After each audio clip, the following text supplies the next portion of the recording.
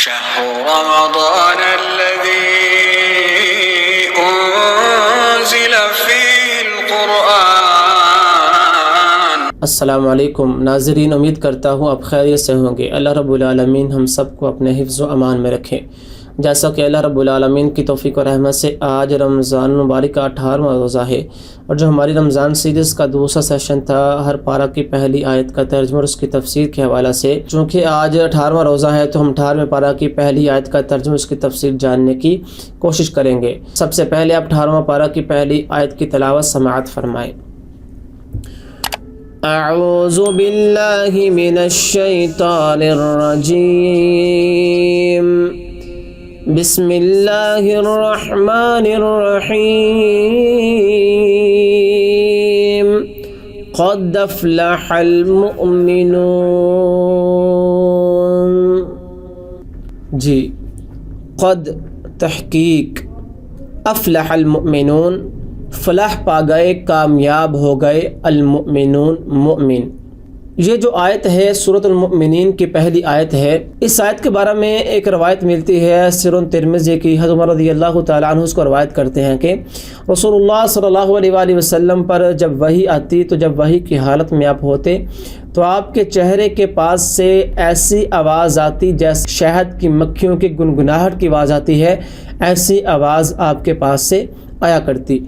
ایک دن نبی کرم صلی اللہ علیہ وآلہ وسلم پر وحی نازل ہوئی، تو وحی سے جب آپ فارغ ہوئے تو آپ قبلہ رو ہو کر ہاتھوں کو اٹھا کر یہ دعا کرنے لگے، اے اللہ ہمیں زیادہ کر، ہمیں تھوڑے نہ رہنے دینا، اے اللہ ہمیں عزت دے، ہمیں ذلت میں نہ رہنے دینا، اے اللہ ہمیں مقدم رکھ، ہم پر کسی کو مقدم نہ ہونے دینا، اے اللہ ہمیں خوش کر دے اور ہم سے خوش ہو جا، اور اے اللہ ہمیں عطا کر، ہمیں محروم نہ کرنا۔ یہ دعا اللہ رب العالمین کے نبی نے اللہ ہاتھوں کو اٹھا کر وحی کے بعد کی، اور اس کے بعد اللہ کے نبی نے کہا کہ قد افلح المؤمنون، فلاح پا گئے مومن۔ تو اس کے بعد اللہ کے نبی نے یہ سورۃ المؤمنین کے 10 پہلی آیات تلاوت کر کر سنائی، کہ یہ آیات نبی کرم صلی اللہ علیہ وآلہ وسلم نے وحی کے بعد ہمیں پڑھ کر سنائی۔ تو اس میں اللہ رب العالمین فرما رہے ہیں قد تحقیق افلح، افلاح ہے فلاح سے، فلاح کہتے ہیں کھیتی باڑی کرنے والے انسان کو، کسان کو، اس کو فلاح اس لیے کہا جاتا ہے کہ فلاح کے معنی ہے پھاڑنا۔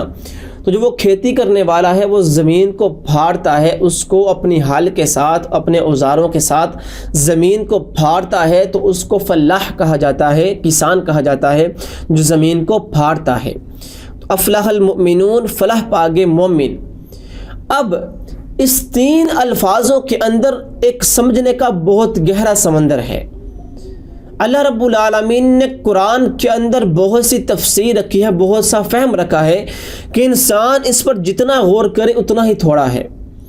اب فلاح کے معنی کیوں بیان کیے گئے ہیں، اب مومن کے معنی کیوں بیان کیے گئے ہیں؟ یہ بھی الفاظ آ سکتے تھے قد افلح للناس، کہ فلاح پا گئے انسان، فلاح پا گئے لوگ، لیکن یہاں کہا گیا مؤمنون، فلاح پا گئے مومن۔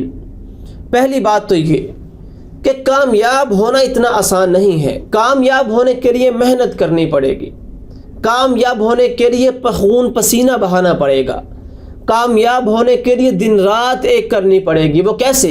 اب دیکھیں، افلح، فلاح پا گیا، فلاح سے ہے۔ فلاح کیا کرتا ہے؟ کسان کیا کرتا ہے؟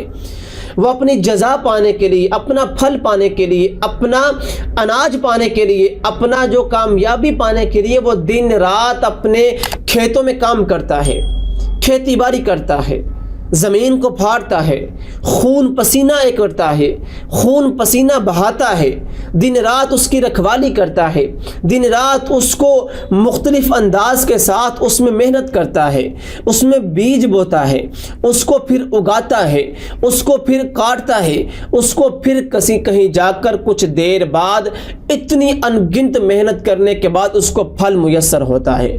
تو یہاں بھی اس بات کو بیان کیا گیا ہے کہ اگر مؤمنین بننا چاہتے ہو, اگر تم فلاح پانا چاہتے ہو, اگر تم کامیاب ہونا چاہتے ہو, تو جیسے فلاح کسان محنت کرتا ہے اپنی کھیتی باڑی کے لیے, تو تم بھی ویسی محنت کرو گے جنت کے لیے, تو پھر تم کامیاب ہو کر جنت کو حاصل کر سکو گے. جیسے فلاح اپنی کھیتی باڑی کے لیے, اپنے اناج کے لیے, اپنی فصل کے لیے دن رات ایک کر کر پھل پاتا ہے, ویسے ہی اگر تم محنت کرو گے تو تمہیں پھر جنت کا پھل ملے گا, پھر تمہیں تمہاری جزا ملے گی, تمہارا انعام دیا جائے گا.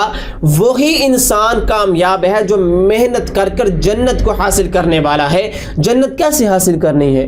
جو اللہ کے نبی نے ہمیں کام بتلائے ہیں, اللہ کے نبی نے تعلیمات دی ہیں, اللہ کے نبی نے دین سکھلایا ہے. نماز, حج, روزہ, زکوٰۃ, حقوق العباد, حقوق اللہ, عبادات, ہر چیز جو اللہ رب العالمین کے نبی نے ہمیں بتلائی ہے, ہم ان چیزوں میں اگر دن رات محنت کریں گے تو پھر ہم جنت حاصل کر سکیں گے, ویسے جنت کو حاصل نہ کر سکیں گے. اس لیے اللہ نے مثال دی ہے کہ فلاح کی طرح تم کامیاب ہونا چاہتے ہو تو پھر فلاح کی طرح تم محنت بھی کرو. کیونکہ آپ نے کبھی بھی کوئی کسان ایسا نہ دیکھا ہوگا کہ وہ دن و رات سویا رہا, اس نے فصل پر جانا نہیں, کچھ کیا نہیں, تو سال بعد اس کی فصل اگائی نہ. یا آپ کبھی کسی کسان سے جا کر پوچھئے, کسی فصل والے سے جا کر پوچھئے, کسی کھیتی باڑی کرنے والے سے جا کر پوچھئے کہ تم کتنی محنت کرتے ہو تو پھر تمہیں تمہارا پھل ملتا ہے. وہ کہے گا کہ میں دن رات اس فصل میں رہتا ہوں, سوتا بھی یہاں ہوں, اٹھتا بھی یہاں ہوں, کھاتا بھی یہاں ہوں, پیتا بھی یہاں ہوں, دن رات اس میں ایک کر کر اپنے پسینے اور خون کو بہا کر, اپنے پیسے اور اپنے ٹائم کو صرف کر کر اس میں گزارتا ہوں, تو پھر مجھے سال بعد جا کر مجھے فصل ملتی ہے, مجھے میرا پھل ملتا ہے. تو اب کو یہ انسان نہ کہے کہ ہم مسلمان ہو چکے ہیں تو ہمیں جنت مل جائے گی, مسلمان ہونا کافی ہے جنت کے لیے. نہ, مسلمان ہونا تو ایک سرٹیفکیٹ ہے, ایک کاغذی کاروائی ہے. اب تم نے اگر جنت حاصل کرنی ہے تو وہ اعمال کرنے پڑیں گے, وہ کنجیاں بنانی پڑیں گی, وہ چابیاں حاصل کرنے پڑیں گی جس سے تم جنت کا دروازہ کھول سکو. تو اگر فلاح پانا چاہتے ہو تو پھر محنت کرنی پڑے گی. المؤمنون, اور کامیاب ہونے کے لیے پہلے مومن بننا ضروری ہے.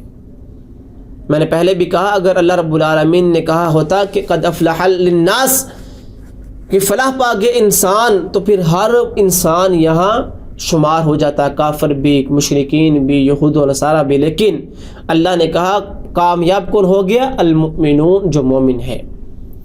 تو مختصر سا اس کا یہ ہے کہ اللہ نے یہ کہا کہ اگر تم کامیاب ہونا چاہتے ہو تو تمہیں پہلے محنت کرنی پڑے گی, تمہیں دن رات ایک کرنی پڑے گی, تمہیں اللہ کی عبادت میں دن رات ایک کرنی پڑے گی, اور اللہ کو منانا ہوگا, پھر تمہیں جنت کا مہمان بنایا جائے گا. اور کامیاب کون ہوں گے آخرت میں؟ المؤمنون, صرف مسلمان اور صرف مومن. تو یہ تھا اس کا ترجمہ, اس کی تفسیر. اللہ رب العالمین سے دعا ہے کہ اللہ رب العالمین ہم سب کو قرآن کو سمجھ کر اس پر عمل کرنے کی توفیق عطا فرمائے. وآخر دعوانا الحمد للہ رب العالمین.